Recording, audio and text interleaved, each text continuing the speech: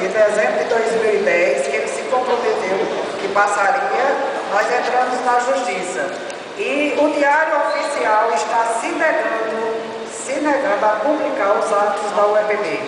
Nós estamos com os professores, e olha que interessante, a Constituição, tanto estadual, no artigo 10, e a federal de 37, diz que o ato só é legal se for publicizado.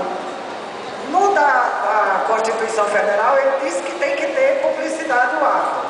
Mas no da Paraíba, na Constituição, diz que tem que ser no Diário Oficial. Ao negar, e nós estamos com várias turmas sem poder os professores entrarem em sala de aula, porque nós não temos o ato legal, que é a publicação.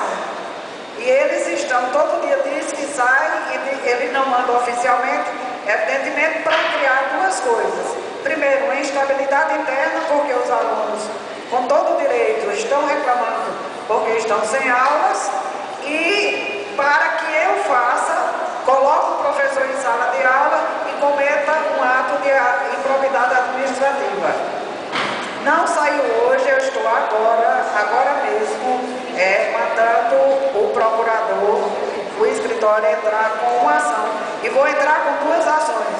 Um é o mandato de fazer, obrigação de fazer, e vou comunicar ao Ministério Público deste ato, porque isto é um ato que reverte sim para o Estado como um ato de improbidade administrativa. O Ministério Público faça o que quiser.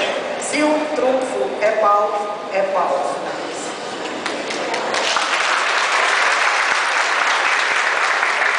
Eu cometi